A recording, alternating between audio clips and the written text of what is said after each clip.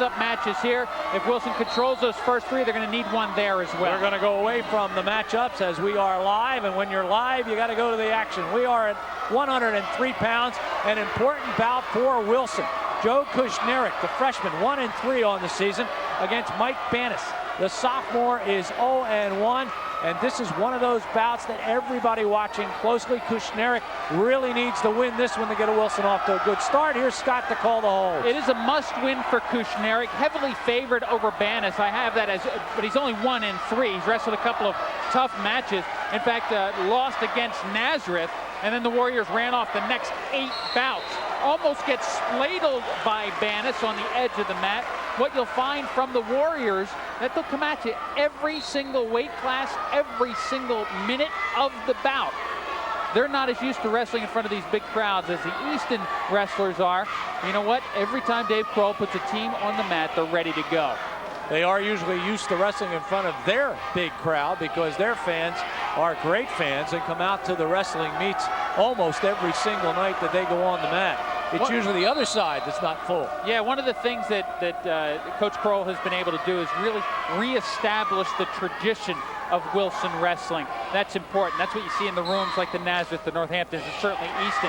Good shot that time by Kushnerick. Got in deep, didn't finish quickly enough.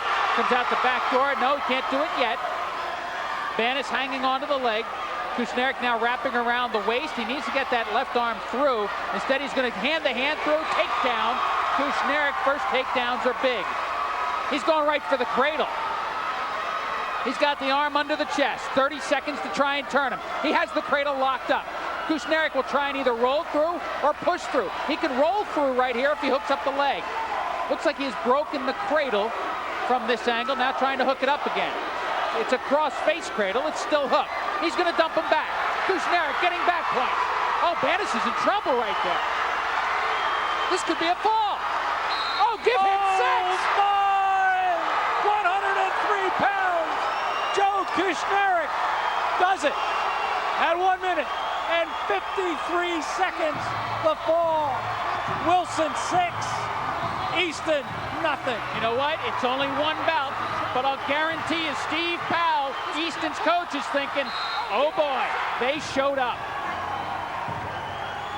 And in momentum, so very important in this one because the first 3 weight classes are so very important. 112 pounds. For Wilson, Jeremy Hartrup. He's a junior, 4-0 on the year. For Easton, Chad Sportelli, the junior, 1-0. Sportelli, district champ, regional champ, 4th in the states last year. This should be a beauty. Remember, Wilson needs to earn 2 out of the first 3 just to stay in the match. This is the one that if Easton thinks they can only get one, this is the one they really have their finger on. Brian Rizzo in the next weight class, certainly an outstanding wrestler, but a bit of a question mark. Transferred in from Southern Lehigh. Everybody talking about those 3 transfers Easton got. Only one able to crack the lineup. That's Rizzo at 19. But we have Sportelli here at 112 pounds. Gary, you mentioned district and regional champ. He's used to the big crowds. Going to try and calm everything down right here. Slow the action down. Mike Bateman won't let him do it for too long. Mike Bateman, our official out there, calls the stalemate. Scott, the first question is an obvious one. What does Kushnerick's pin do now to possibly negate even an Easton 2 wins here, 112, 119? You know what? I don't think it does much. I think the biggest thing it did was establish that momentum, deliver the message to his Warrior teammates and to the Red Rovers what's about to happen. That the Warriors are really here. They really showed up. I don't think there's a wrestling fan in the Valley that thinks the Nazareth win was a fluke, but perhaps they didn't expect the margin of victory that the Warriors put on the Blue Eagles. That margin, 37-19. Wilson over Nazareth, and it certainly sent some shockwaves through the Valley. Well, if you think that sent shockwaves, if it would happen here tonight, and you know, I arrived at the gym here tonight thinking, you know what, great win, but I figured the same kind of score here, Easton favored. I looked at the matchups, and you think, you know what, it's a whole lot closer than that. Probably 6 clear-cut favorites tonight, 4 for the Red Rovers, 2 for the Warriors, 103, not one of them. That creates 7 toss-ups, and as Scott said, 103, not one of them. So this one is going to unfold all night long and certainly should keep a crowd that probably can't stand up. They're so tightly squeezed in here, in their seats. Scott did introduce the official, but let's make it official. It is Mike Bateman doing the match tonight. In fact, we have terrific officials sitting behind us. Gene Wass is here behind us to watch. We're going to get an injury time. And now we have an opportunity to show you the last 3 bouts of the evening. We didn't get a chance to talk about them. And again, Scott, we're not quite sure about 171, but we're not even really sure about the last 2. We're not. At 171, a matchup of district champions. Kilpatrick, AAA champ. Johnson, AA champ. 275, Wilson should be favored if Bertolino can go. Injured, didn't practice all week, may be able to go. If not, bump Marsteller up to heavyweight. Marsteller would then be favored. So you have to figure Wilson in 1. They may need 2 of those final 3. Final 20 seconds of the first period at 112 pounds. We have no score. No one's come close to scoring so far in this one. Scott, we were told these 2 guys wrestled, I guess, quite a few years ago against one another, and Hartram won that match. I don't know who keeps track of these things. They met in 7th grade. Hartram wins at 10-5. That matters not at all, right? I just wanted to bring it up that some people talk to us before the match. First period is going to end scoreless at the 112-pound matchup. You know, these 2 teams haven't met since 1987. Wilson hasn't won since 1965. They've only ever beaten the Red Rovers twice. 63, I believe, and 65. And now Mike Bateman is headed towards the scorer's table. We have a microphone over there, and you heard Rose Melman. I think he's just checking to make sure he has the right, clarifying asking the call. Right people, yeah. You know, they have the spotlights on the center of the mat, as you can plainly see. There's the escape for Sportelli. He'll lead 1-0, basically given to him by Hartram. Hartram expects to be a major player in the AA state tournament. They're out of bounds. Good call by Mike Bateman. Hartram figures to be a major player in the AA tournament.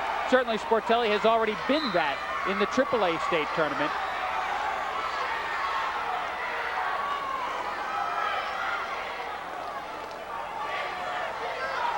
I talked to Steve Powell earlier in the year. I think it was way back in September. He said, circle this date in your calendar. Wilson has a dream team. 13 starters back. 3 of them couldn't make the lineup. And 3 of them did not wrestle against Nazareth, which caused a little more shock.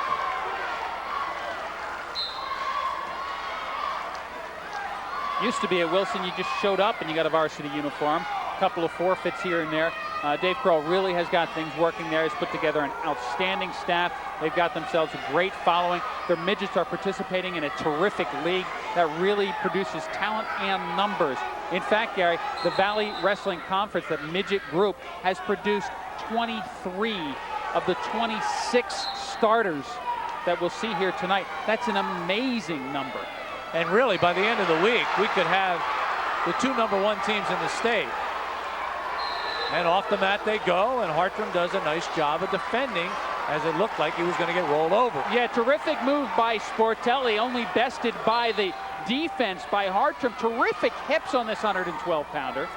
Bad shot there by Hartram, shot with his elbows out and dropped right to his knees. You can't do that against a wrestler like Sportelli. Sportelli should score when that happens. Hartram has really blocked the elbows in. Sportelli gazes up and sees there's 30 seconds on the clock. You know, you see a shot like that, Gary, and Sportelli not trying to score from it. You get the impression he's being a little tentative out there. Hartram really no effort there, really just a very bad shot. There's another bad shot. Sportelli working this one a little bit, head and arm. He'll spin one way and throw the other if he can. Looks like he's across the throat a little bit there. A takedown here would be huge by Sportelli. Remember, Hartram allowed the escape to start this period. Hartram will be on the bottom to start the third. Well, 2 opportunities for Chad Sportelli to score points. Really came close on neither. 1-0 at the end of 2.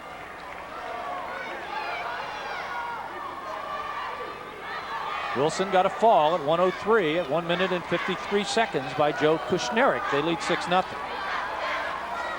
There's going to be a caution. Caution against Sportelli. That's going to mean nothing.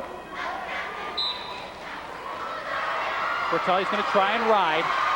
Brings Hartram right to the mat. Hartram stays active. Hairpin out. Escape. Hartram. Almost locked the wrist to get the reversal.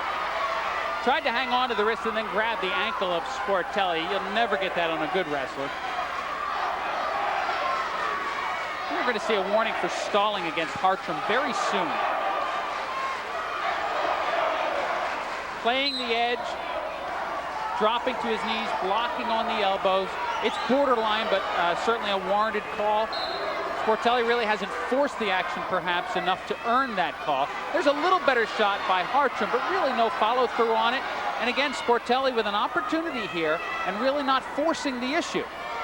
Butt drag available there, head and arm available there, going for neither.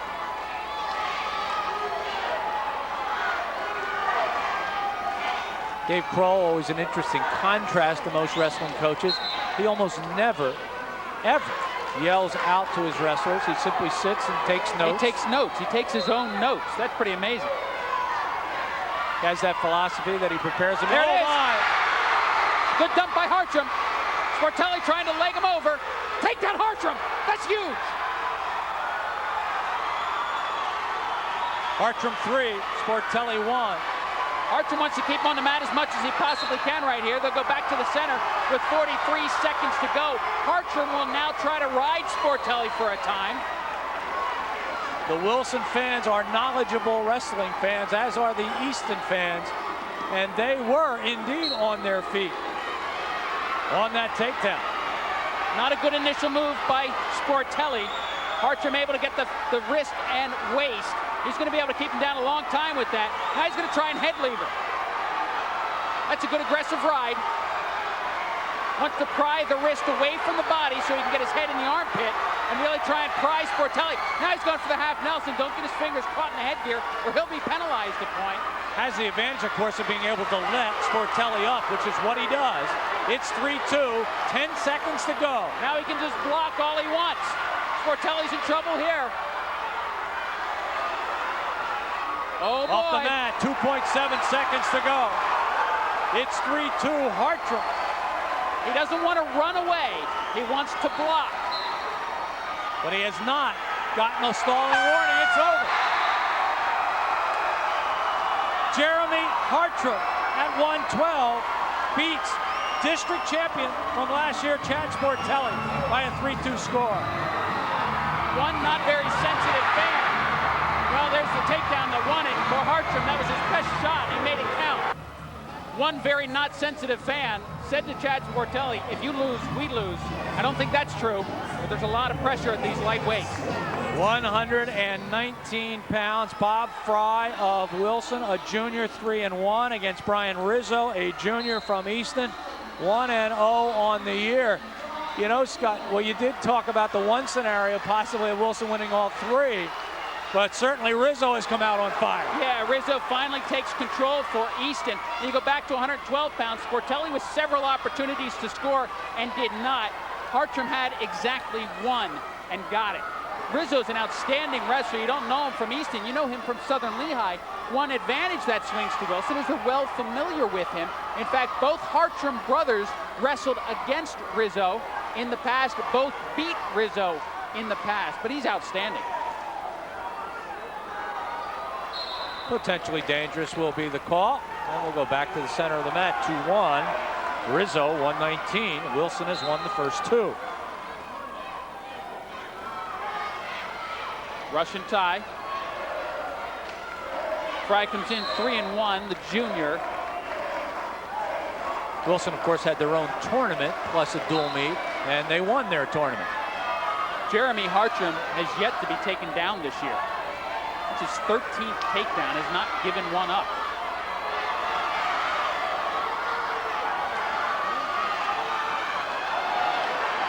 $1,400 people in the gymnasium. It was a sellout as of Thursday afternoon. At 1,400 tickets, a lot of freebies around. There were about 100 people tailgating when I came How about in, that? And it smelled good, real good. Rizzo trying to work out the back door. Remember, Kushneric did this at 103 pounds, has to post the leg and shoot one hand toward the ceiling. Instead, he tucks the leg under. Fry able to control the waist a little bit. If you look at one part of a wrestler's body to control, it's the waist. If you control the waist, you can win in this sport. Yep, good call. They were there in that leg under situation for long enough. They are neutral.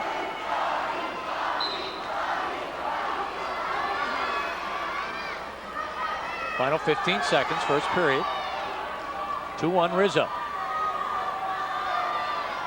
Bout score 9-zip Wilson. Rizzo got that first takedown so easily. In fact, allowed the escape. It's been that way ever since. So Easton has their second lead at the end of a period, as Sportelli was up 1-0 over Hartram at the end of period number 2. But that was actually the first takedown for Easton. It comes in the third bout.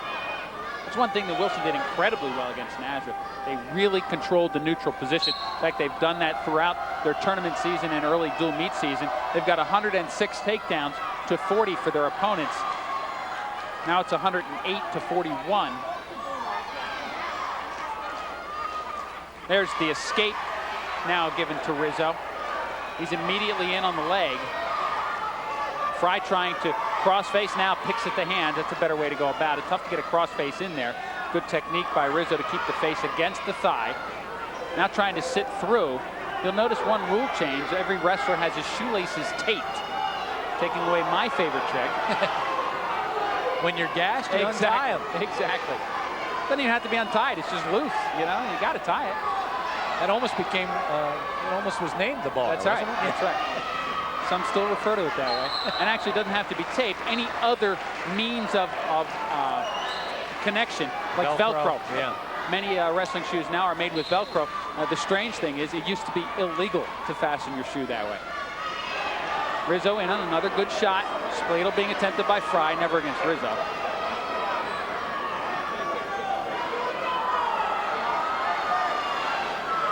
Going to try and slide his head outside. Fry obviously would rather work from the defensive takedown position. Needs to hit a crossface there. There's an opportunity. Instead, trying to reach through the crotch, trying to step over. He's got those long legs, so he's looking for that big step over move. Stalemate called. 3-1. Wrestlers are neutral. 40 seconds to go, second period. Sportelli, or Rizzo, on top by a 3-1 score. Got Wilson a couple of times this year.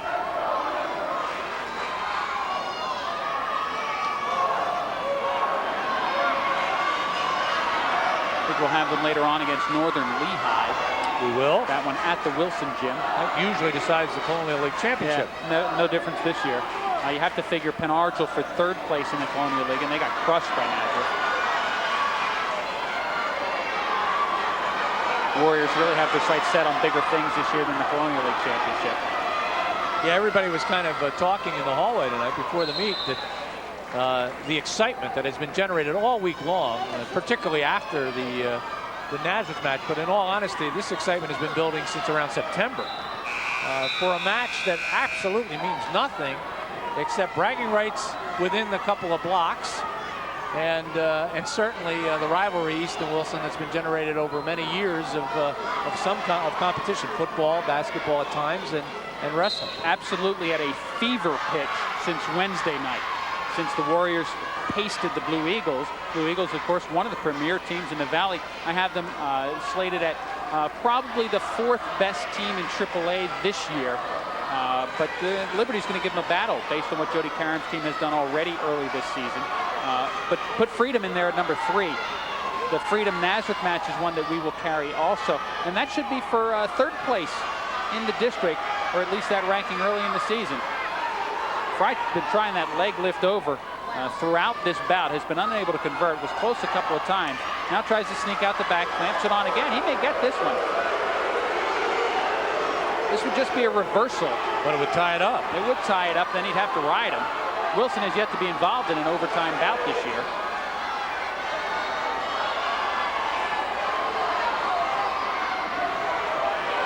Really, these two guys have been in a struggle. Yeah, that really good call, so good no call by Mike Bateman so far.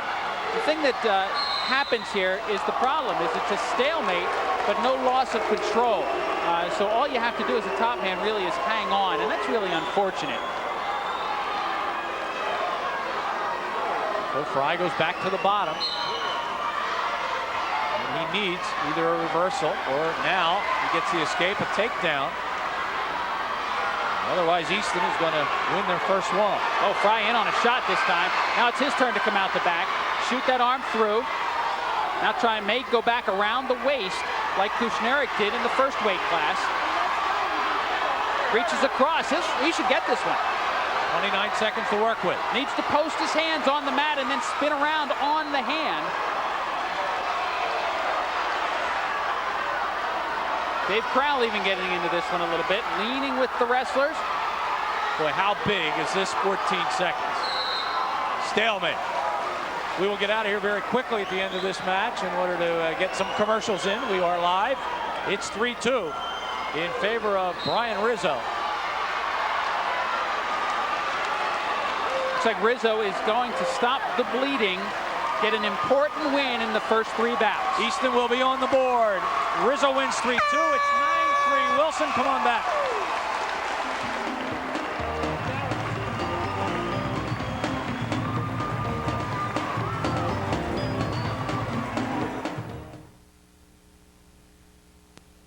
That's a good In sign. 1969, man was walking on the moon. There you go. Woodstock was the place to be, and the people in the Lehigh Valley were driving Scott Chevrolet.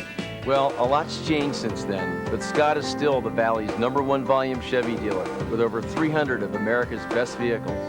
Our commitment to quality service during and after the sale is a Scott family tradition. Maybe that's the reason so many people keep coming back to Scott Chevrolet, just minutes away on the Lehigh Street Auto Mile.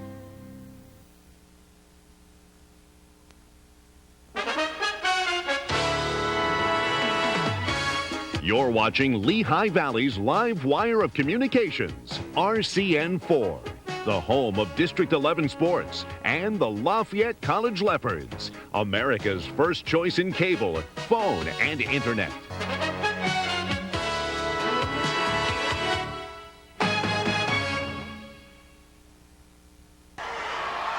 Another great matchup at 125. Corey Garris, the junior from Wilson, 4-0 against Matt Sasuli, the junior from Easton.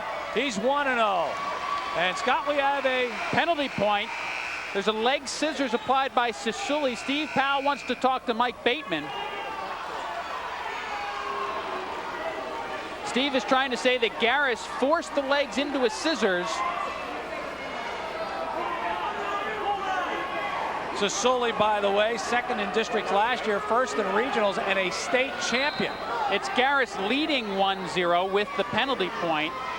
He was actually forced into that shot by Sasuli as he just kind of pushed Garris down. Garris ends up in on the legs and lifted Sasuli up. The legs crossed. It's a penalty point and an early lead for Corey Garris.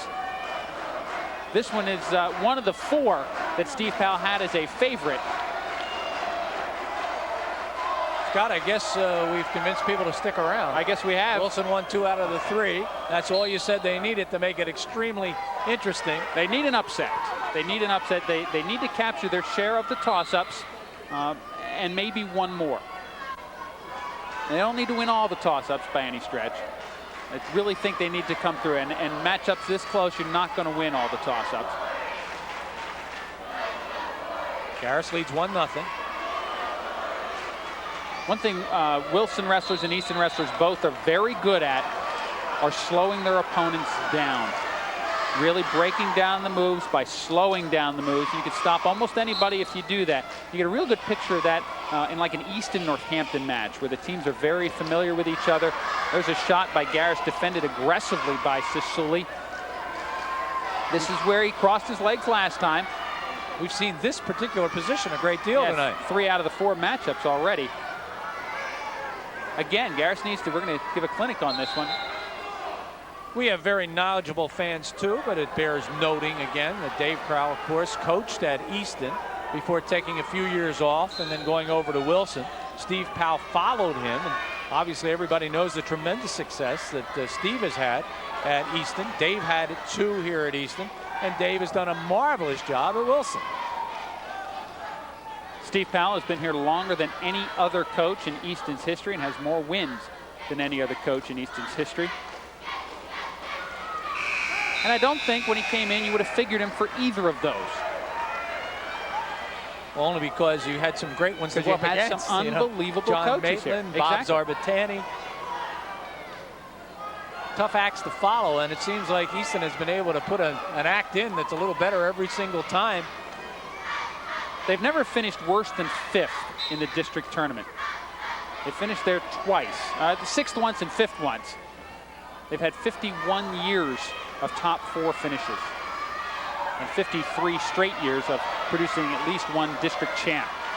Sisuli's on top, Garris on the bottom. Sisuli can score points from the top. That's what made him a state champ. Always look forward to wrestling those state champs, and Sisuli really baited him into grabbing that leg and couldn't take advantage of it. Here's where Sisuli has defended this move well, because what Garris is trying to do is shoot his hand between the legs there. Another potentially dangerous called by Mike Bateman. Not sure why that is. But what Garris wants to do is shoot the arm up between the legs. So what Sisuli does is tie up the arms. And this looks like it may be the position of the year. This is one we did not see a great deal of in years past, but we've seen it about 5 times tonight already. Sisuli, high half and leg. Will try and run over the top. Garris flattens out. That breaks the arm hold through the legs. Sisuli uses this well to score and to ride. He doesn't really commit himself, so he's not in very much danger. Usually if you're trying to score points from the top, it means that you're in danger of giving up points. This is where Garris was before. He's shown an ability to get himself extricated from this and potentially score points from there.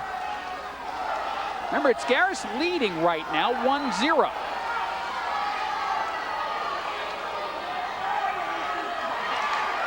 Here comes the tilt. Now 1 count given by Mike Bateman. That's a tilt position for Sisuli. He's going to score a lot of points that way this year. You really feel like when you're in that hold, you feel like you should roll through with it to get out. You roll through, it's big trouble. Garris frees the hand. That's what you need to do. Final 12 seconds. You want to be successful in that against Sisuli.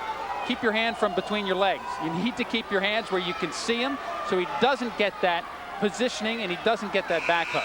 All of a sudden, Scott, that penalty point takes on great significance. Sisuli was not able to score from the top. You have to assume he's going to get out here I'm from going the to bottom, and then it's still going to come down to who gets a takedown. I'm going to assume he allows the escape.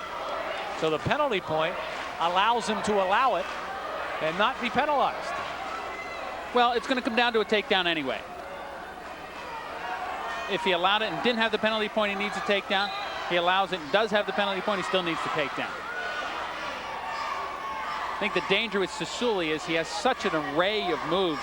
He can reverse you into trouble. And really that's what he's looking for here. Trying to lock up legs. And remember, Sisuli, very accomplished leg wrestler. Garris trying to wrestle with legs from the top. Dangerous position. Leg wrestlers understand the rides. They can reverse into legs. There it is. Trying to Peterson. Doesn't have a great hold on it. Now he lets go of the wrist.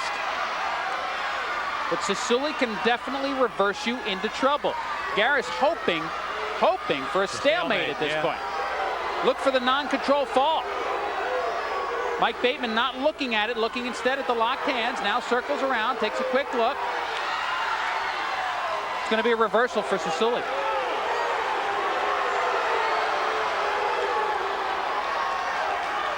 That's got to be a reversal.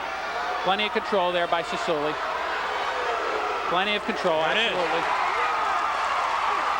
2-1 Easton. Garris has to get busy. Nothing drives a coach more wild than a 1-point match loss. We've got one for each coach right now. Boy, Sisuli is good on top and bottom. Well, there's a warning for stalling against Sisuli. Yeah, he's a terrific mat wrestler. 2-1, a stalling warning against Matt. What does it say for Corey Garris, how much he has improved? He was 4th in a District AA tournament, wrestling a AAA state champ down to the wire.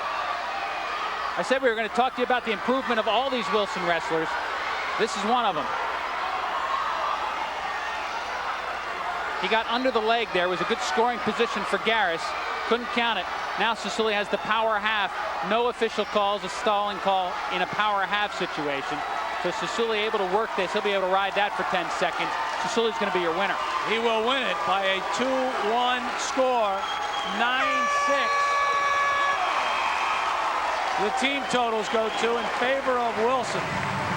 So Wilson has won 2, Easton has won 2. The fall at 103, the difference.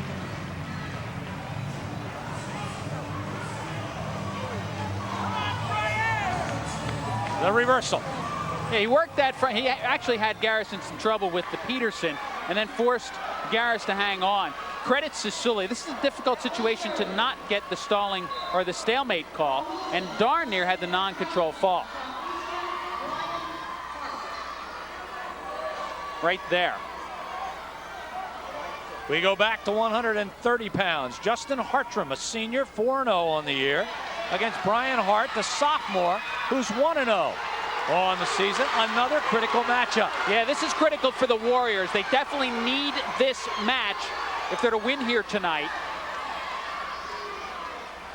I don't think you can come into Easton and have one of your Hartram brothers lose and expect to win. Hart tried to dive under the legs of Hartram, almost had it. Hartram controlling the leg. Fans calling for 2. That's not 2. Hartram maintaining good control of the heel. Good low leg attack. He's going to try and pick it up now and reach across or trip on the other leg. Hart showing terrific balance here. There's the trip. Bad positioning on the trip. They're going to get back to the middle before a takedown scored here. There it is. Hartram liked that ankle, though. He was ready to try to drag him back again. 56 seconds to go, first period.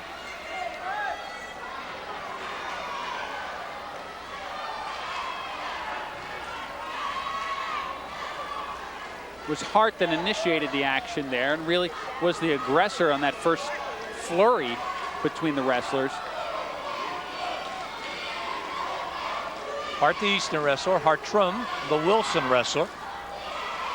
Jeremy already won at 112.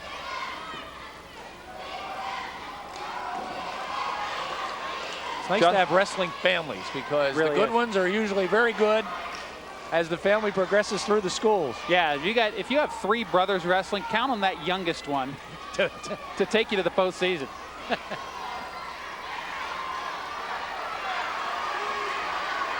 Justin Hartram has yet to give up a takedown this year. He's got 15, has given up none. Neither wrestler gives up a takedown in the first period. Well, you can just tell how well coached these two teams are. Already, you can see the defense, the offense, the good move, taken care of by the good defensive move.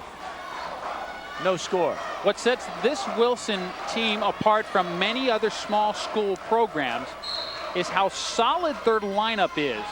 The knock against most small schools, they may produce outstanding wrestlers, but there's always a couple of holes in the line, real holes in the lineup where you're going to pin somebody. A team like Easton takes advantage of that by throwing a guy in there that's 1-3 on the year, goes in, gets the pin, then you can really jostle your lineup around. You can't do that against Wilson, certainly not in the lighter weights. Hartram needs to move up. He does. Riding aggressively. Hart has been very active underneath as well.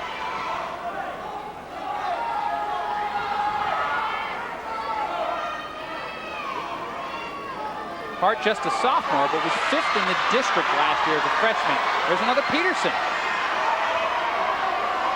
Looked like he was wide open for a mousetrap there. Hartram unable to hit that. We're halfway through the match. There's a high half by Hartram, unable to stick it.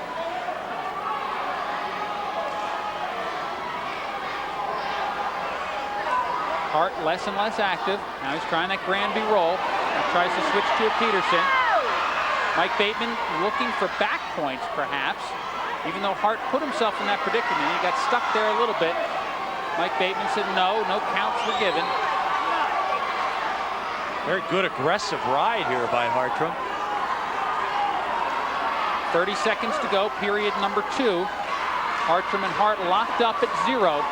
there's an adage anymore. You can't ride for 2 minutes without being called for stalling. You know, we've kind of put an end to that over the last 2 or 3 years even, because there are a lot of rides have really developed that look like you can turn, and in fact some guys have gotten very good at turning without putting themselves in danger. Nobody does it better than Matt Sisuli, the wrestler we saw at 125 pounds. Hartram obviously is very good at it, but doesn't put himself in a position where he can earn points as well as Sisuli does. Dave Kroll talked to his wrestler and said he wants him to stay on top. So if he doesn't give up the escape here, he'll be in pretty good position in third period number 3. That's what makes Dave a good coach. Yeah. 12 seconds to go, stay on top. Yeah. We had a warning against Hart for stalling. There was now a caution against Hartram. I think we had that backwards. Ah, okay.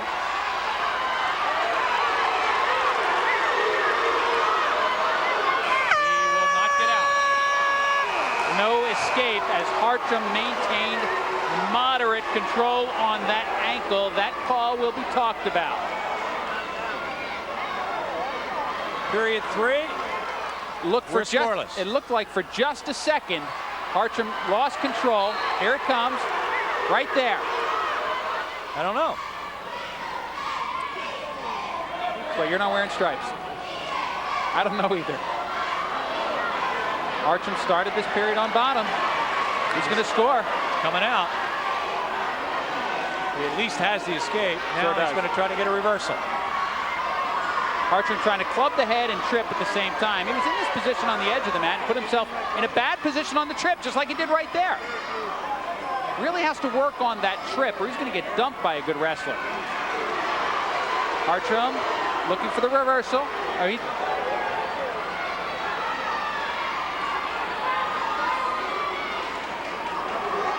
Got to be something.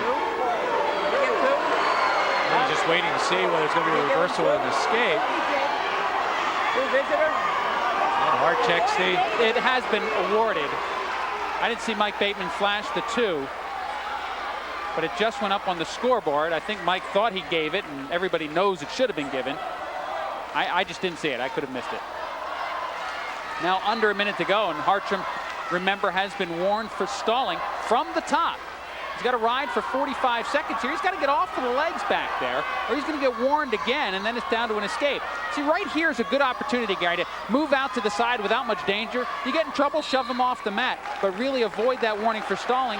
Prove to the official you're willing to work to the side and really not put yourself in much danger. That's just some mat awareness, and I know Justin Hartram is very good at that sort of thing. Like to see him come out a little bit, just flash the ability to do it.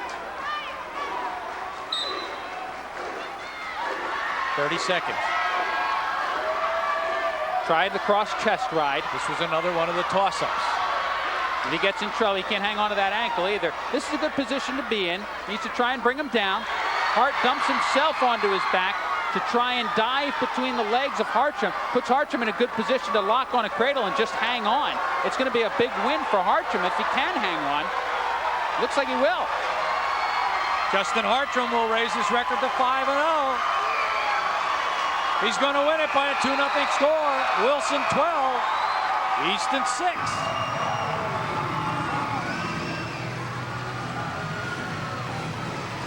Big win by Hartram because the Warriors absolutely needed it.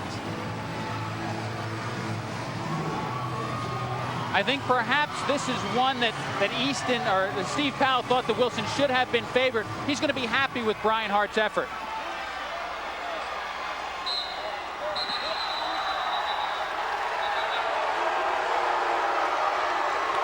Little flurry to start the match.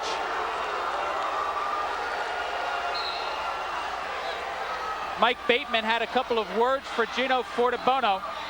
We're checking on the Warrior wrestler. It's Eddie Labatch, 135 pounds, a sophomore, 1-0 against Gino Fortabono, who just got a takedown, the senior, 1-0. Nobody fires up a crowd like Gino Fortabono. He has a lot of upper body throws and comes out aggressively.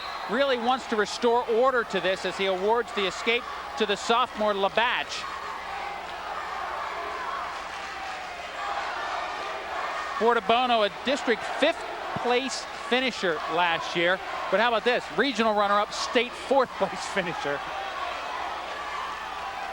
Had a puzzling, he had a taste of it. He liked it. Yeah, he had a puzzling year last year, and really the last 2 years, really trying to catch up with the growth spurt that he's had. Remember, as a freshman, I think he was a 112-pounder.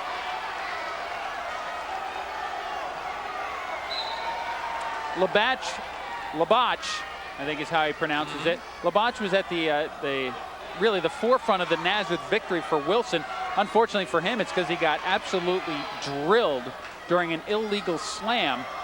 That meant the Warriors picked up 6 points when Labach was trailing, so it was a 9-point swing, which at the time looked big, but certainly in retrospect wouldn't have helped the Blue Eagles, except in terms of momentum. And I think if you ask any of the wrestlers, or certainly Rex Lutz, you'd think, you know, if that went this way and this went that way, maybe it's a different story. Bad shot by Labach. You can't do that against Fortabono. He paid the price. He sure did. 4-point play at least for Fortabono. Plenty of time. He steps over. Labach fighting off his back. The hips go over. Fortabono has him in trouble. Fortabono has the forearm across the throat. Mike Bateman's trying to pry it away from there. Now Fortabono adjusts. But he adjusted right back onto the throat. Mike Bateman not looking at the back while he's looking at the neck. It's going to be a 5-point play. Takedown and 3. 7-1, Fortabono. We saw the bad shots being taken earlier by Jeremy Hartram. Chad Sportelli unable to take advantage. That's how you take advantage of a bad shot.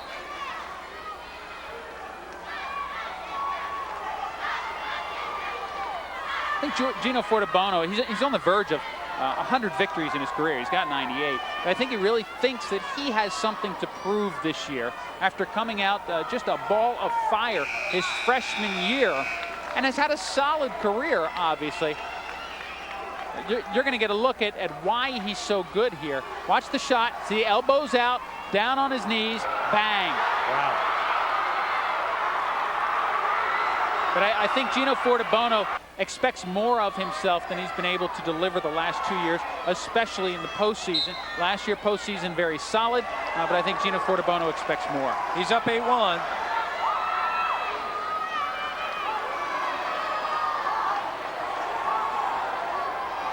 This move means we're going to see Wiesnant at the next weight class, which is 140 pounds.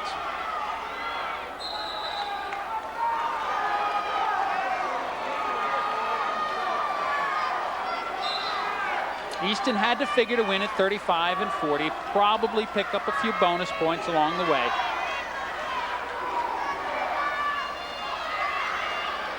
Wilson with 3 bout victories. There's another takedown for Fortabono.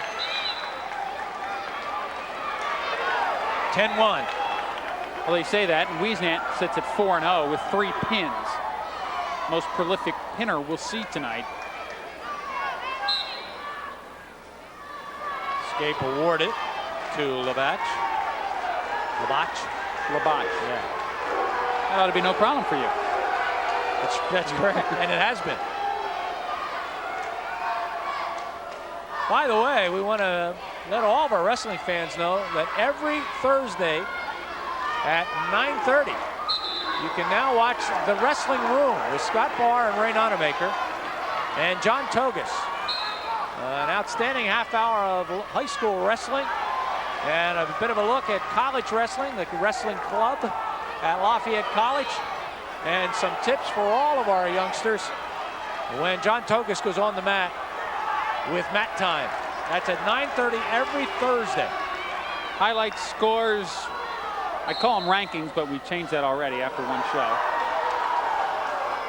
Unsportsmanlike conduct against Gino Fortabono. He was warned already. He just shoved, gave an extra little shove to Eddie Labach. He's going to get a technical violation. 1 point awarded to Labach. Fortabono says, okay, I'll just go get another takedown, make up for that. Gets it. Takedown, 14-4. 20 seconds to go in the second period.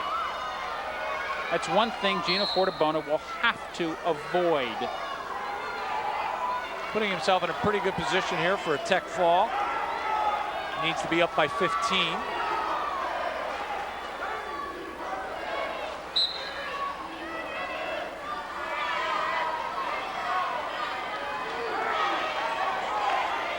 Tech fall, of course, will be 5 team points.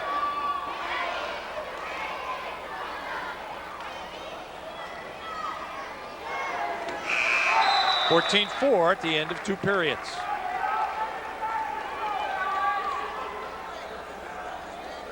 Had some fun on the wrestling room last week, and as we put out the top 10 rankings for the first time. Well, I thought it was like a top 50. You had Wilson first and everybody else second. Right. Being a Wilson grad, although from here on out, there's an escape, another escape for Labatch, 14-5. From here on out, I'll tell you what we're going to do. We're going to put 20 schools up there, and every week we're going to eliminate a couple, like Survivor. I've decided on an immunity challenge even. Every week we're going to draw 1 weight class. We'll have to go out and buy torches. We're going to draw 1 weight class. If your school does the best in that weight class of everybody else, you're immune. Oh. It'll be interesting for sure. Thursday nights, 9:30. Just keep that, get that Nunamaker guy some wrestling info. If we bring him up to speed, we'll be fine. I think he liked that format last I think year. he liked it a lot. Another takedown for Fortabono. We're going to play musical announcers next week. Ray and I will be at the Easton Nazareth match at Nazareth. And Scott and John Togus will be at the Freedom Northampton match. Big match. Big match for Freedom. They want to find out where they are. They'll find out. 16-6. Fortabono needs 4 more takedowns in 1 minute and 8 seconds or a big play. Looking for the big play right here. Or he'll get the major.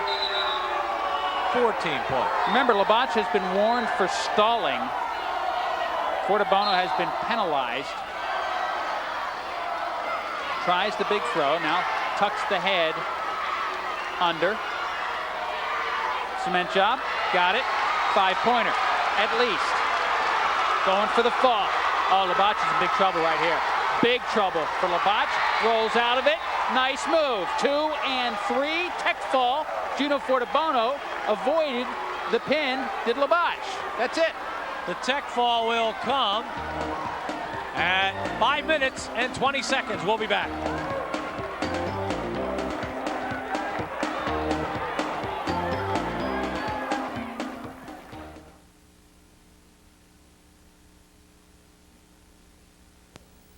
I remember my mom going to Walter's Pharmacy. Now I go. Walter's fills my prescription needs quickly. When I can't get away, Walter's comes to me with free delivery. Walter's Pharmacy, making life easier through genuine care since 1937. Walter's Pharmacy, 401 North 17th Street in the Allentown Medical Center.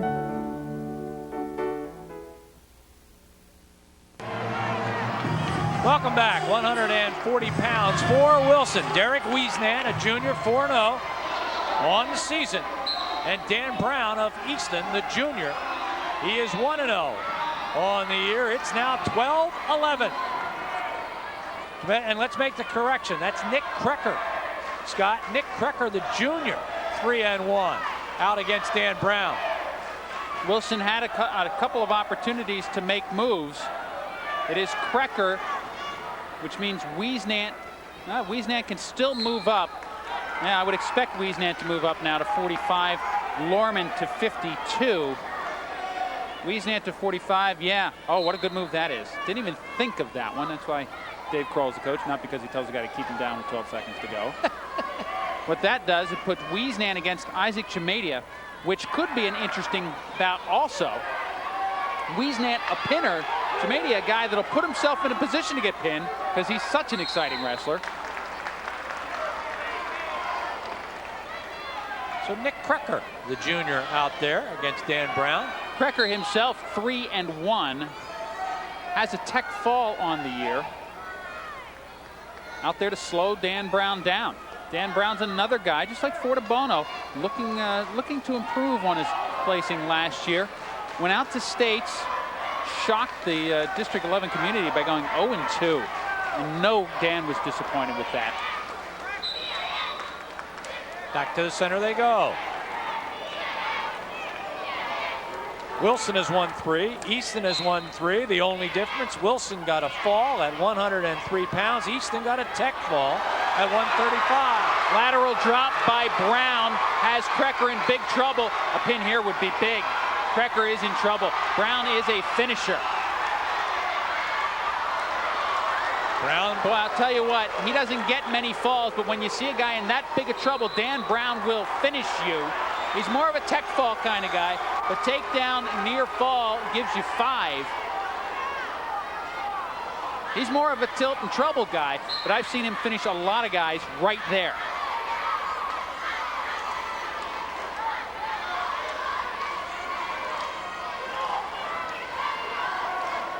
Tough situation tonight for the Rovers. This is one of those where you have everything to lose and very little to gain. With the pressure all on Easton. You know, this type of matchup didn't happen very long ago when Northampton was 2nd or 3rd in the country. They went against the top AA team in the state. That was Pine Grove. Fortunate to escape Pine Grove with a 1-point victory.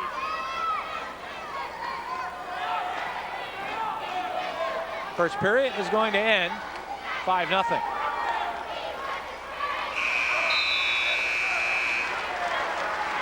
Dan Brown on top. Let's take a look at Dan Brown in action. Really not a lateral drop. It was a knee tap. I was actually trying to find out Nick Krecker's stats. It was a knee tap moving into a lateral drop. Dan Brown got a little too high. Now he gets the escape. He leads 6-0. Krecker can't afford to give up too many bonus points here. Major probably would be okay because the move by Dave Kroll gives him favorites in the next 2 weight classes, as he's going to bump Heath Lorman up to 152 to try and take care of Kyle Daly. With Eric Donaldson there, it's pretty much a toss-up. With Heath Lorman there, Heath Lorman should win.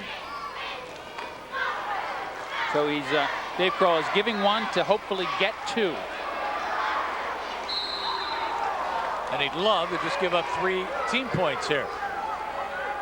But at 6-0, it could be tough not to give at least 4.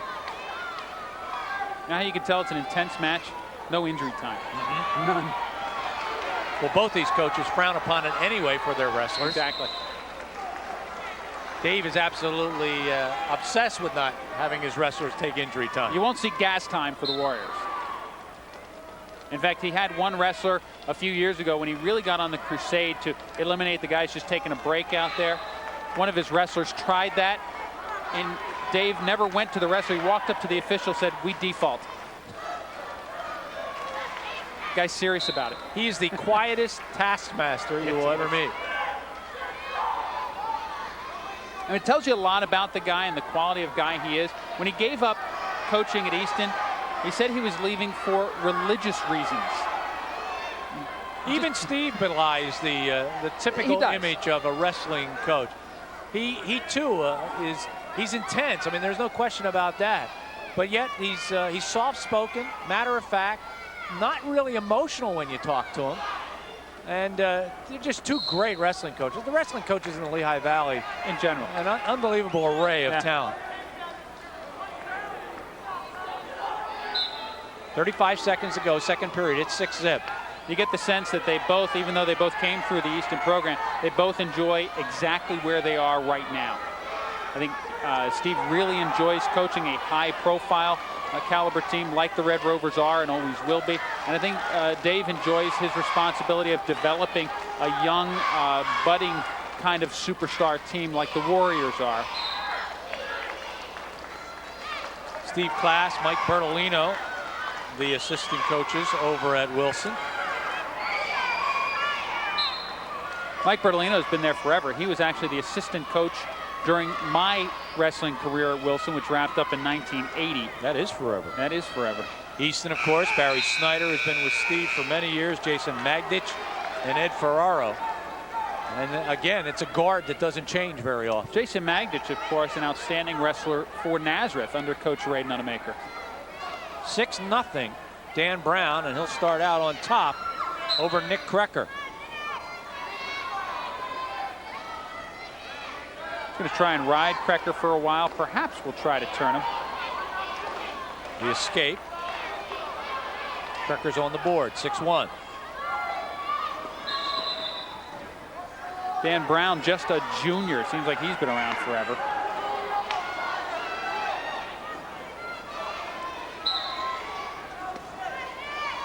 The good ones make a name for themselves very early. They sure do. And Dan Brown and Gino Fortabono both as freshmen came out and just really shocked the wrestling community and how good they were and how quickly they were good. Brown looking to get the takedown and does. He's going to need another one. Escape, 8-2. Dan Brown slow, getting back to the center of the mat. 10-2 would be a major. Minute 19 to go.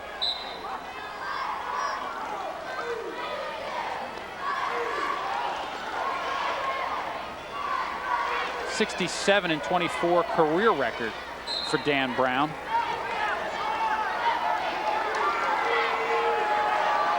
Talking to Steve Powell about his wrestlers' records prior to tonight.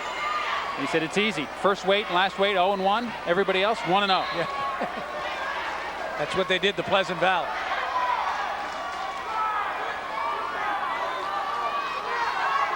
You can't win 11 straight bouts in very many combinations. That's one of them. Crecker looks up at the clock, 54.8. 3 bouts apiece. Crecker moves in, has both legs tied up, wants to make this one count, not just kill time with it, so he tries to finish. Danny looks a little tired. Yeah, he really does. You know, he's at the same practices as the other Red Rovers. You almost have to believe that he's got some sort of illness, which certainly would be applicable this time of year. We're going to start the injury clock, and we'll take time out right here. We'll be back. It's 8-2 in the 140-pound bout. Stay with us.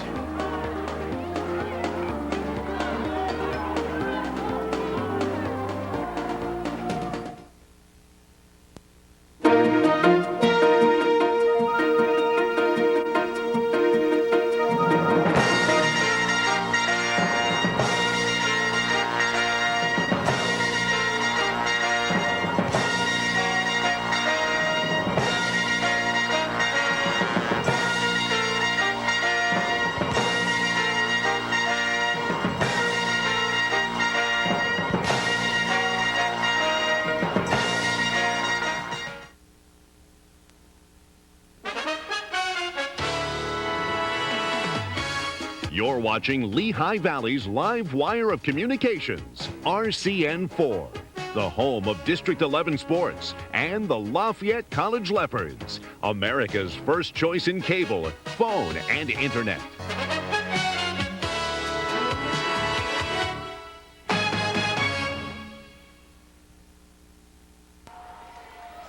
Joe Mascari pushing the buttons out in the 25th Street parking lot where our truck is located.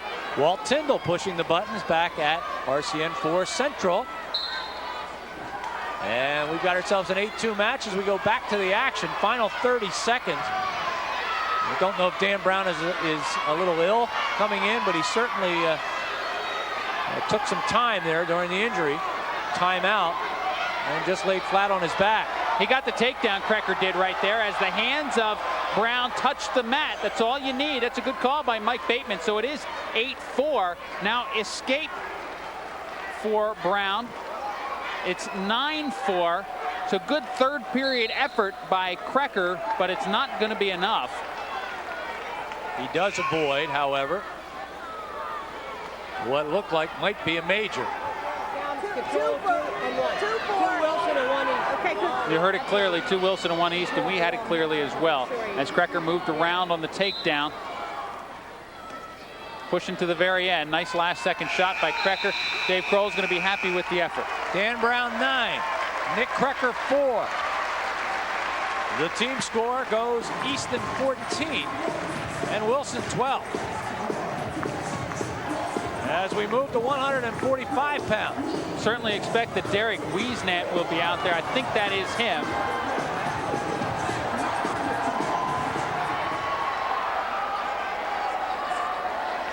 It is Derek Wiesnant, the junior, 4-0 against Isaac Chismedia, the junior, 1-0.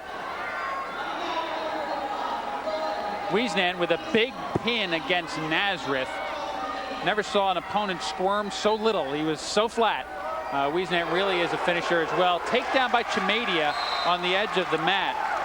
This could ruin the strategy by Dave Kroll. The strategy to move Wiesnant to 145. And anytime you do that, Gary, you're moving guys up 5 pounds. It can mean a lot, especially when you think about it. Wiesnant weighed in at 136. Could have made 135. They wanted him to fatten his way up so he could wrestle at 140 or at this weight class. So he's really giving up a significant amount of weight. Anytime you do that, a guy like Chimedia might have come down from 150 pounds. You're coming up from 136. Big difference. It's 2-1. Chismedia got the takedown, the escape by Wiesnant. And this is a big matchup. Yeah, for the move to work, the Warriors need both of these. They've got 3 bouts won. This would be 2 more. They hope to pick up a win from perhaps Marsteller at 89 and then at heavyweight. Take down Chismedia. Yeah, this could be it if Easton wins.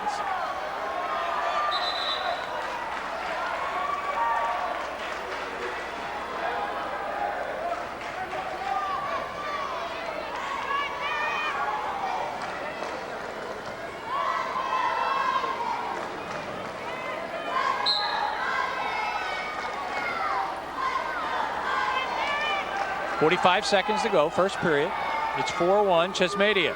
Chismedia career record, 4-3. And a reversal by Wiesnant. That was important for Wiesnant. Got dominated in the first period. Is only trailing now by 1. Loves the wrist and arm bar. Looks very relaxed. Both wrestlers do. He's got 3 pins out of his 4 wins, does Wiesnant.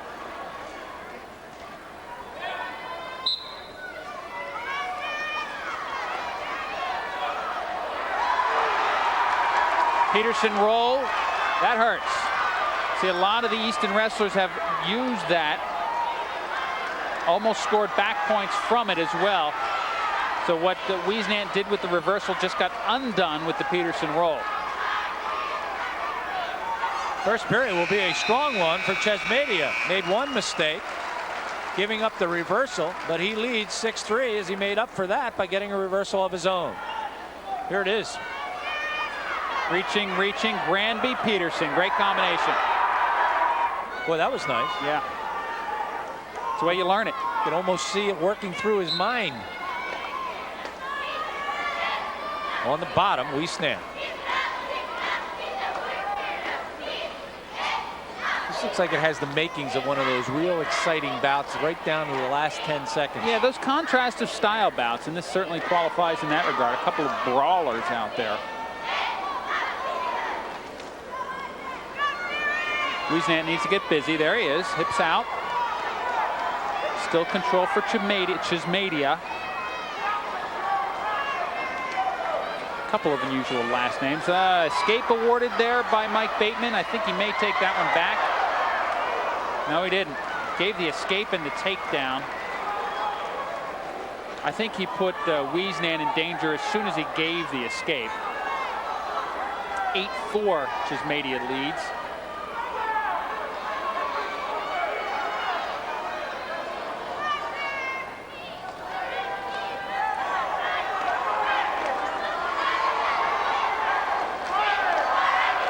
Wiesnant started the period on the bottom. Finds himself there once again. Really needs to get some control. You can spin around and flip around all you want from the bottom. You got to control a hand or a leg or something. Yeah, that's not good. There you go. Reach across. Needs to hip out now. Throw that right hip toward the ceiling. Chismedia just hanging on there. Easy to do.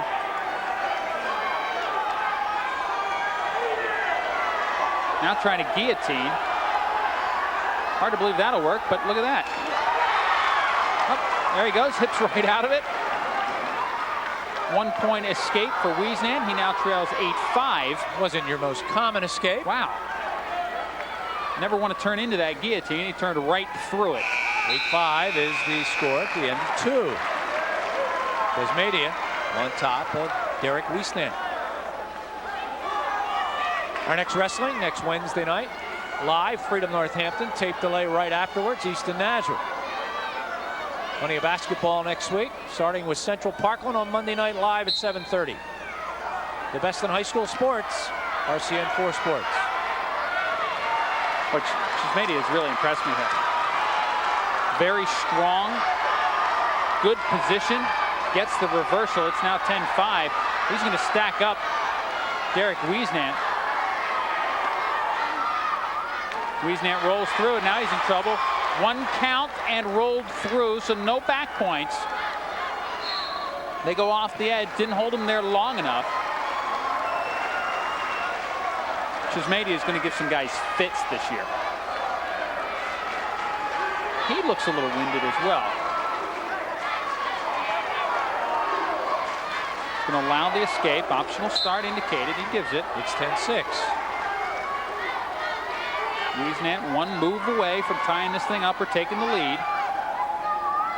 Although Tasmania has shown no indication that he's even susceptible to that sort of thing. Has been in pretty good position. There's the dump. Last year, Tasmania was a guy that really threw his arms and legs all over the place and really opened himself up for big moves. Wiesnant trying to just dump him over. Needs to disconnect himself, take that lower leg, and perhaps move up for the cradle. 1 minute. Yeah, he's up on the waist. He'll get the takedown on the edge of the mat. There it is. And Wiesnant trails by 2.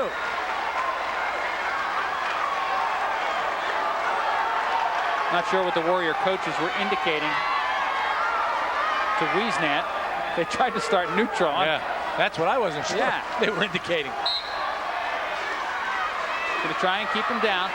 Again, the wrist and arm bar. That's what he got his pin with against Nazareth. He's going to try it again. He's got that arm bar reinforced with the wrist under the waist. You can't see it there, but I'm sure he's grabbing it.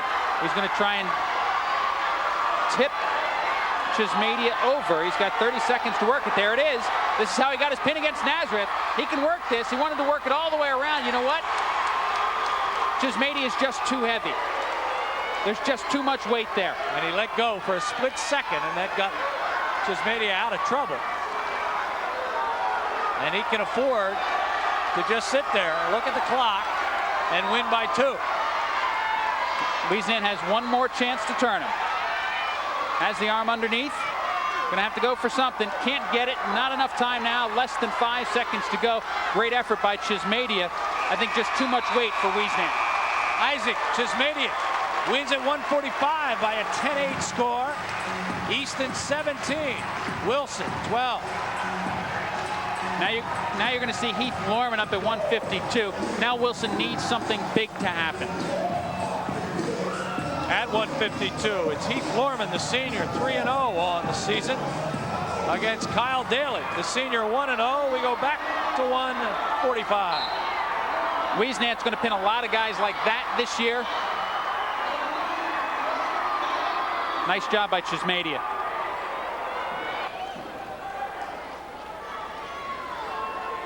Back to the live action. Lorman, Wilson, Daly, Easton. Easton up by 5, 17-12 with 5 bouts to go. Daly actually looked away for a split second as Lorman dove in on the leg.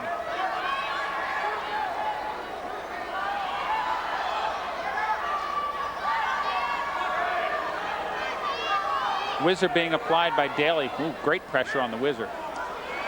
Lorman, an outstanding wrestler, 6th in the state last year. Warriors had a great run through the postseason. Oh, great ankle pick. What's your favorite move? It hasn't gone away. Wow. That's the last wrestling match you did. The ankle pick is still good. That's still good. That was pretty. Under a minute to go, first period. Lorman now trying the high half again. We'll see this a lot. Now he allows the escape as Daly spins out of it. Daly himself 7th in the district last year.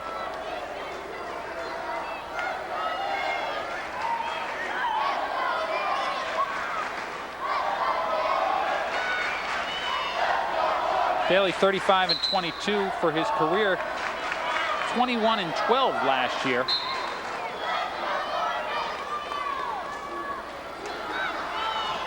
That's a lot of wrestling. That is a lot of 33 matches.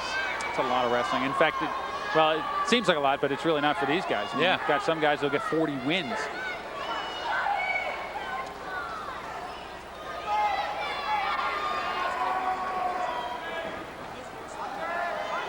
Lorman will take a 2-1 lead in the period number 2.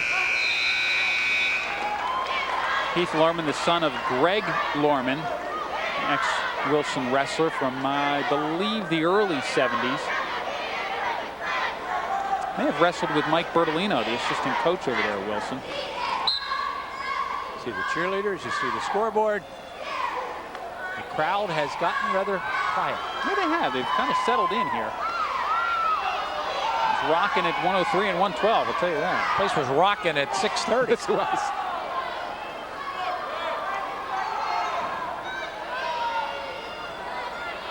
Daly's going to get an escape here. There it is. 2 off.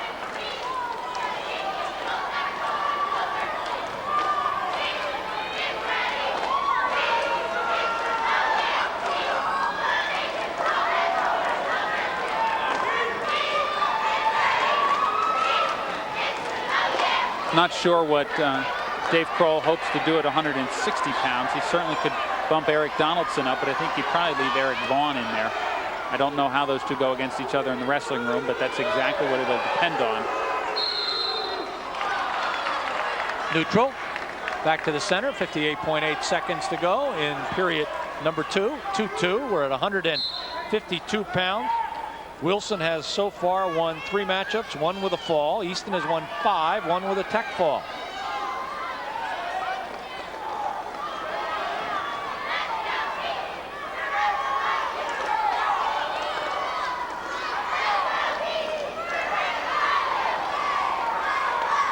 Keith Lorman, another one of those guys yet to give up a takedown this year. The other 2 guys, the Hartram brothers, didn't give one up tonight either.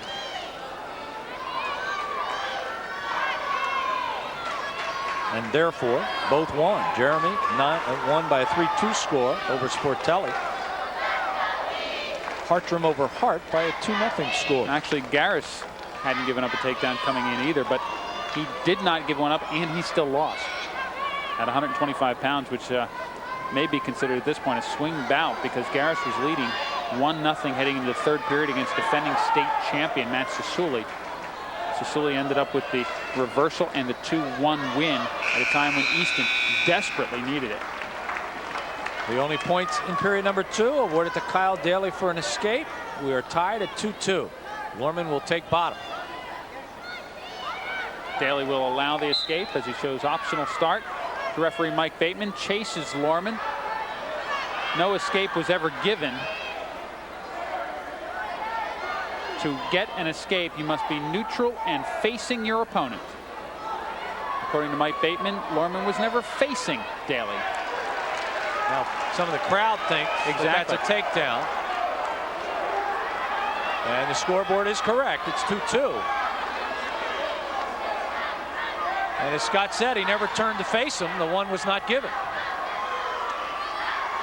Although Daly has got himself in a position to work a half Nelson against Lorman at the edge of the mat, I'll tell you what, Lorman knows he's in a bout here. I wonder if Daly was aware of the fact that the escape was never given. He was not.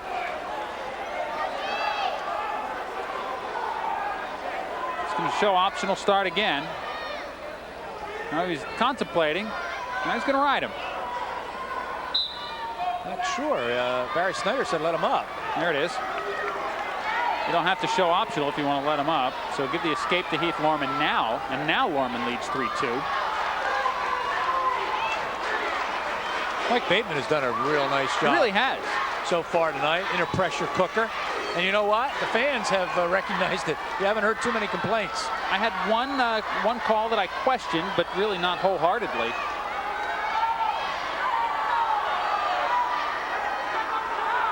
3-2, Lorman. Wilson desperately needs the win here at 152. Yeah, nothing else can go wrong for them, and something needs to go wrong for the Red Rovers, for the Warriors to pull this one out. I didn't think the Warriors win over Nazareth was necessarily an upset on Wednesday night. I expected them to win that one, although the margin of victory was huge. This would certainly qualify as an upset of mammoth proportions. They need to put themselves in a position to do that, however. Daly now has the leg under position. He's going to try and crawl under the leg and elevate it. Lorman's trying to lock through the crotch and just hang on for the last 7 seconds. Lorman will win this by a 3-2 score. We'll be back. The team score 17-15 Easton.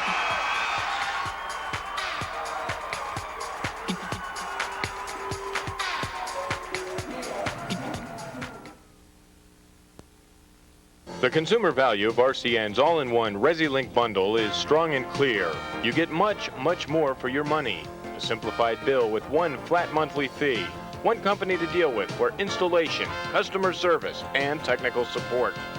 The most exciting feature, you can get ResiLink any way you want it. RCN offers a ResiLink package that fits your needs and your budget. Look for RCN's ResiLink package coming to your neighborhood soon.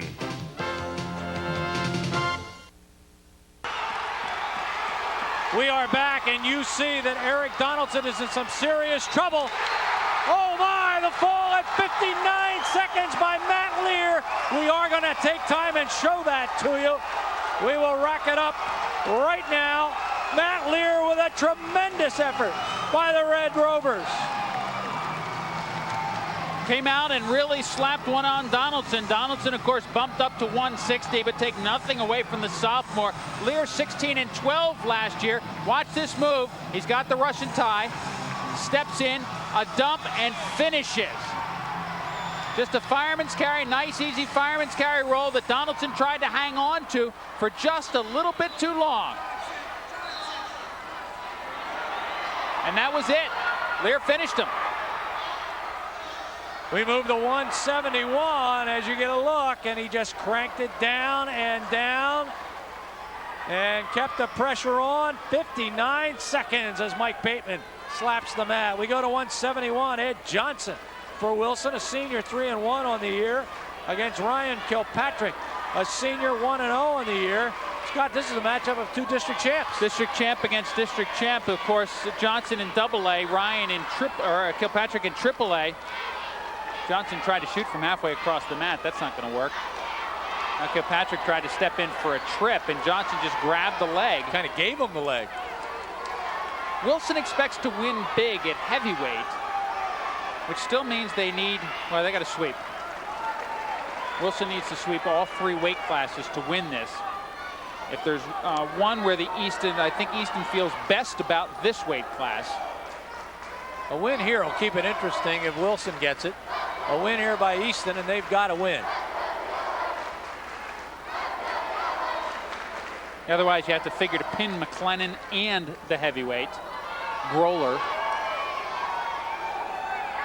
And that would give Wilson 27-26 victory. A pin here by Kilpatrick, of course, ends it mathematically. There's the takedown by Kilpatrick. He was an outstanding wrestler last year, had some injury issues going on. I think he was 19-2 as he finished up the year. Had a terrific football season. 19-2, 41-17 for his career. Was actually injured at regionals, so he really didn't compete beyond districts.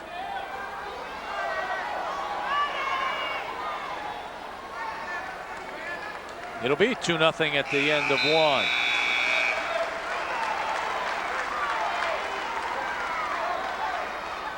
And I think we might have a little blood. Is that what they're pointing out? If they are indeed, let's talk to you about Mike Davis.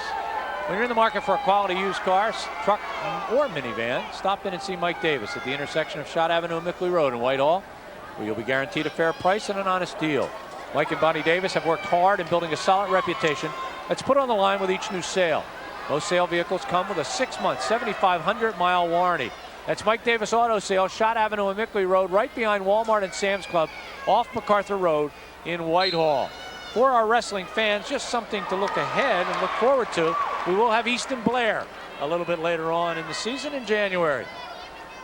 Granby roll escaped by Kilpatrick. The Easton Rovers rolling a lot more than I've seen in the past. Blair Academy, if I'm not mistaken, ranked #1 in the nation. Easton ranked #2 in the nation.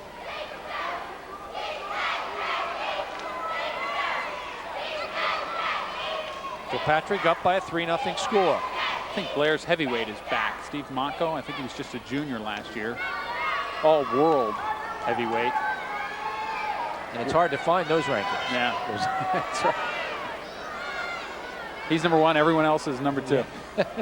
I've seen those kind already. He's that far above.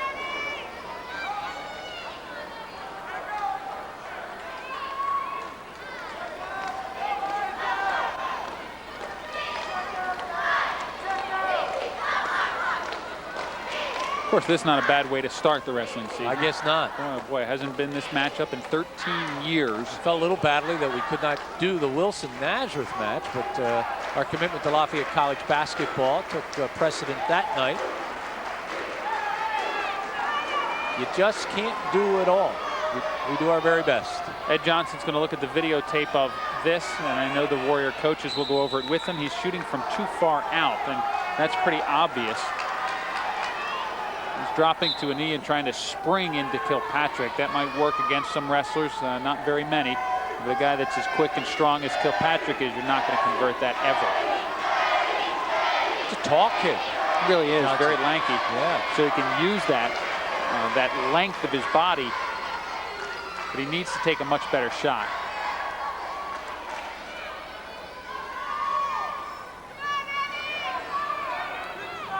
Matchup of seniors. Maybe our first senior versus senior matchup. It is. 3-0. Nope. The end of 2. Heath Lorman moved up at 52. So we had seniors matched up at that weight class as well.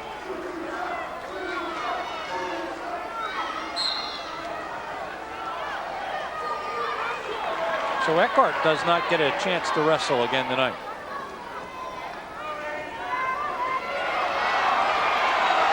Look at that, another bad shot by Johnson, scored on quickly by Kilpatrick.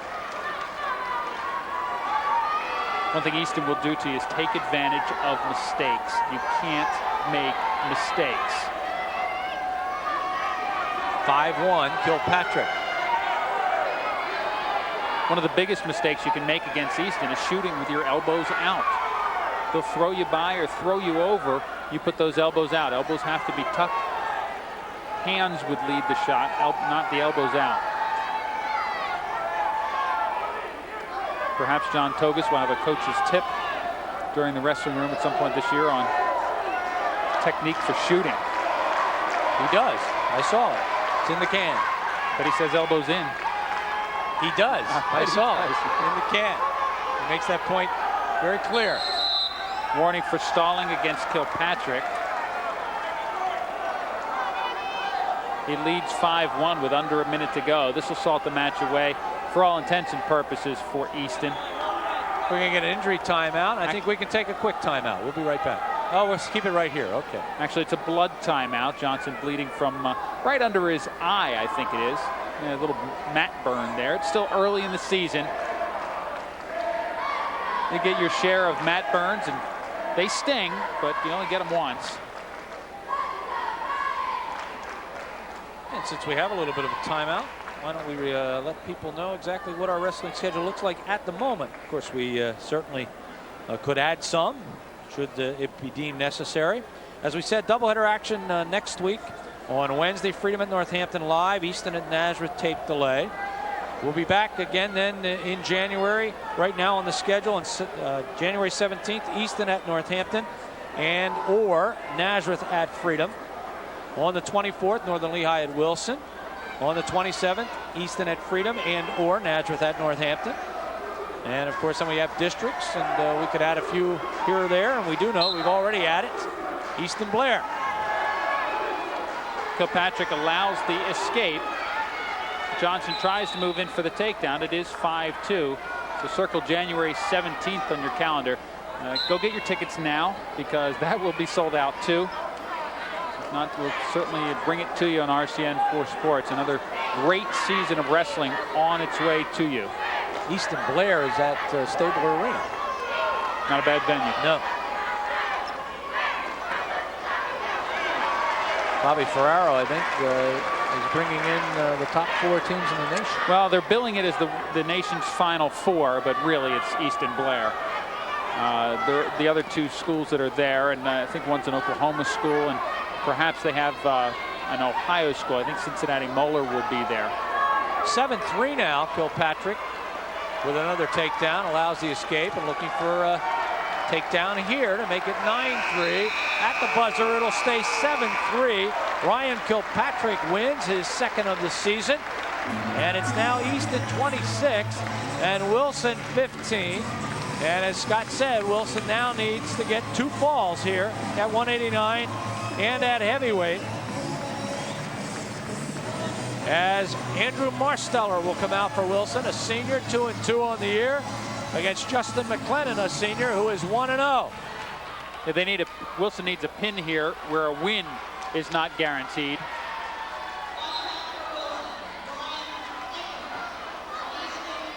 I guess Brian Eckert will get a chance to wrestle. Scott, this is Brian Eckert. It is Brian Eckert, and what that means is that Marsteller will move up to heavyweight, because it also means that Mike Bertolino is hurt and will not go. Trying to see if he's even warming up back there. If they're contemplating a last-second move, it's just too dark to see back there. But it means the entire Wilson lineup is really bumped up. And what the Wilson coaches told us was that if anybody bumped up, it would be Ed Johnson. It is not. It's Brian Eckert instead. He's a junior, 2-1 on the season. The reason for that move for the Warriors is they needed wins in all 3 weight classes. If they needed a split, Eckert would have gone at 71. Johnson would have bumped up to this weight class. And they're going to ask Eckert to go out there and try to get a fall. And that's not going to be easy. Justin McLennan, a good wrestler, a senior.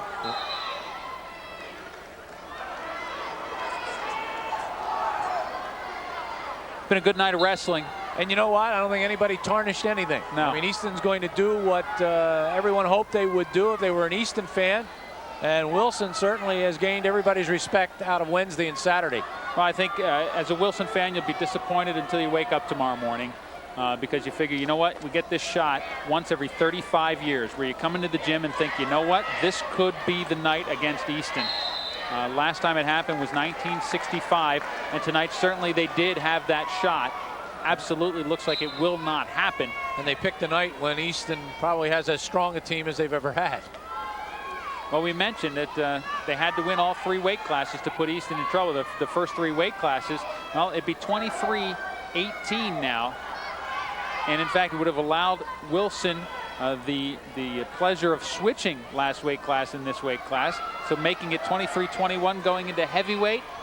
Wow. Might have done it. That might have done it all right. Didn't happen, as they did not get the win at 119. Yeah, makes the win by Rizzo huge.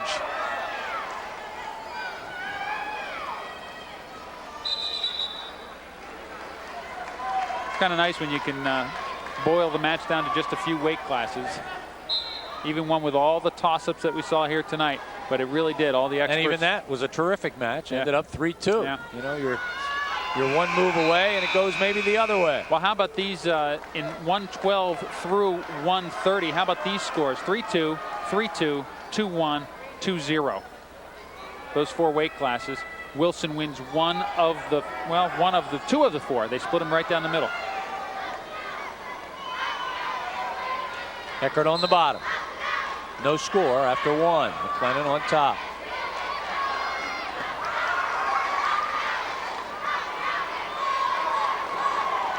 In fact, of the bouts that were decided by just 1 point, the Warriors hold a 3-2 advantage.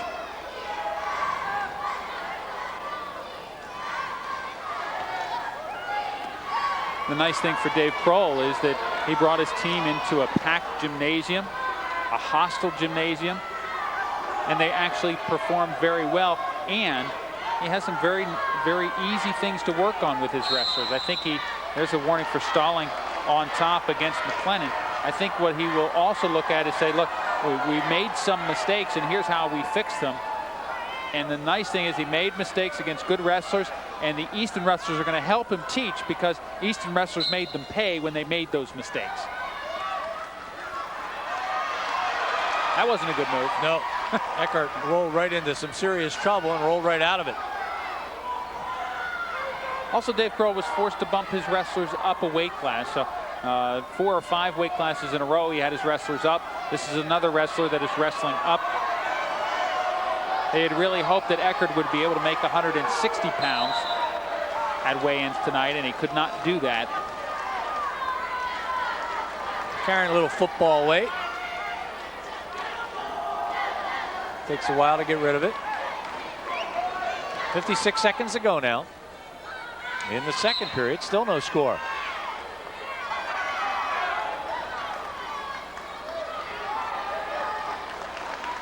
He escaped. Eckert up, 1-0.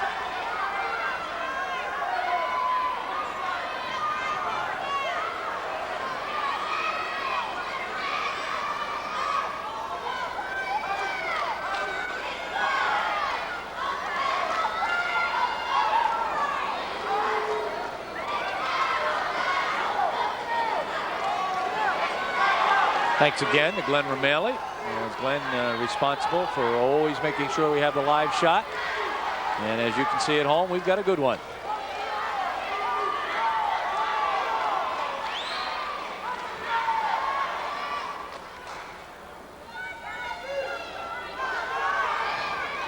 Eckert will lead 1-0 at the end of 2.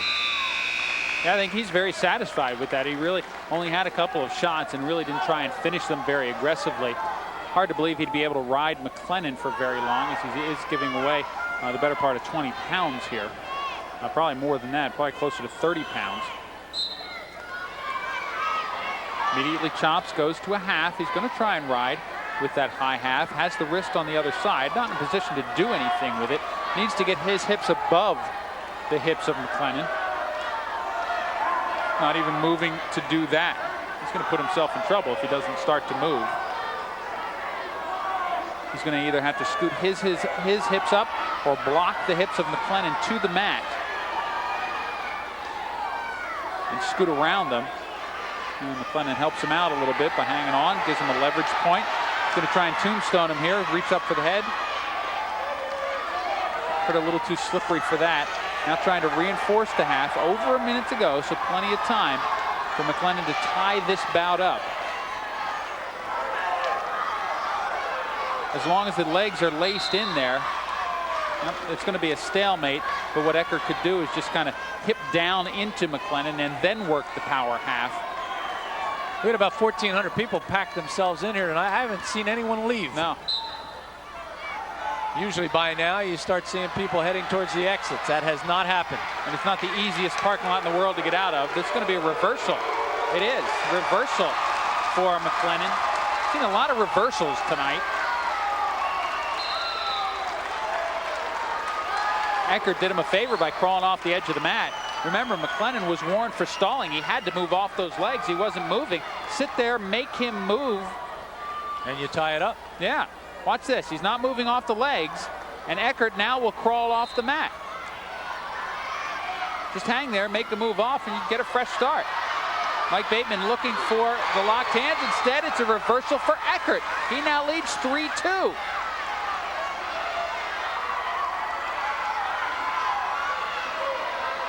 Kind of match you expect from 189-pounders. Reversal for McLennan. It is a reversal. It was waved off for a second. 4-3. McLennan. Talking about how many reversals we've had tonight. There's another one. Now's a good time for Eckert to get busy. He got busy at the wrong time last time. Needs to get to a base and get out of there. How about 3 reversals in this period? Mike Bateman actually signaled the revert, half signaled it, and then waved it off. People are starting to leave now. Not many, but some. There's the reversal. We're back to the live action. Eckert needs an escape with under 10 seconds to go just to send this to overtime. He's not moving under there. Needs to give a good effort there. Give it to McLennan. This match is officially over. Justin McLennan, 4 Brian Eckert, 3. And Easton has it 1. They're up by a 29-15 score.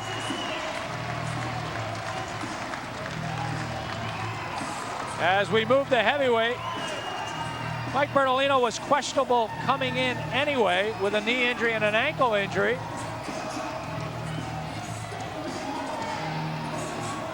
So we are going to see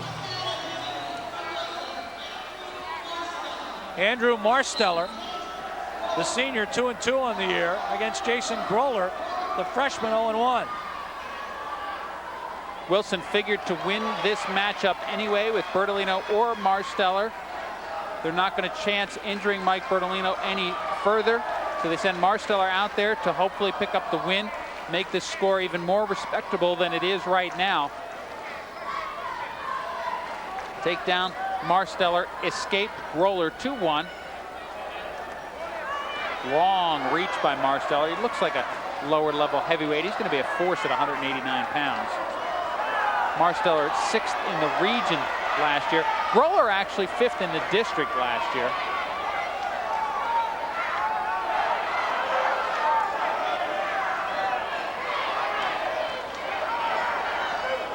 Sorry, I have Groller at 5th in the district. I'm sure that's inaccurate. And he wasn't in the lineup last year. Freshman, 5th maybe in junior high districts is what Steve Powell was indicating on his card. We'll see Easton again next Wednesday night.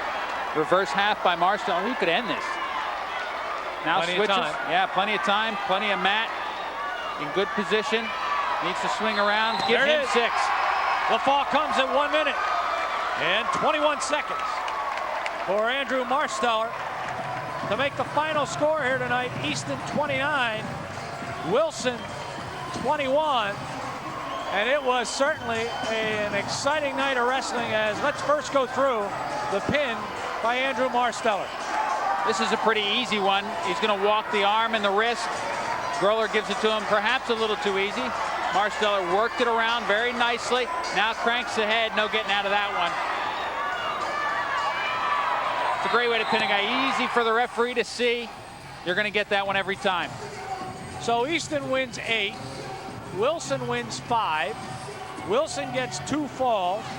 Easton gets a fall and a tech fall. And Scott, when we go back to the beginning, we said Wilson favored in 2, Easton favored in 4, and there would be 7 toss-ups, and Wilson won most of those Easton won most of those toss-ups. And it still goes way back to the earlier part where you say to put Easton in trouble, you need to win the first 3 weight classes. If they do that, if they win the first 3 weight classes, they have the luxury of then splitting weight classes where they tried to sweep. They have to figure they would split, so give them 1 weight class for fun. Now it's 27-24. So you win that, 27-24. Then you can go and win a weight class where you try to sweep. Then the score is reversed. So how pivotal is that early matchup? And as we reflect back on tonight, I just will repeat myself here. Wilson came in with a long shot at winning. Easton came in expecting to win. Wilson showed certainly enough to get themselves in a position where if they continue the run, they win it. They were in the position to win. Yeah, they did the things they needed to do. Everybody knew they needed to do everything right and then just a little bit. They did everything right.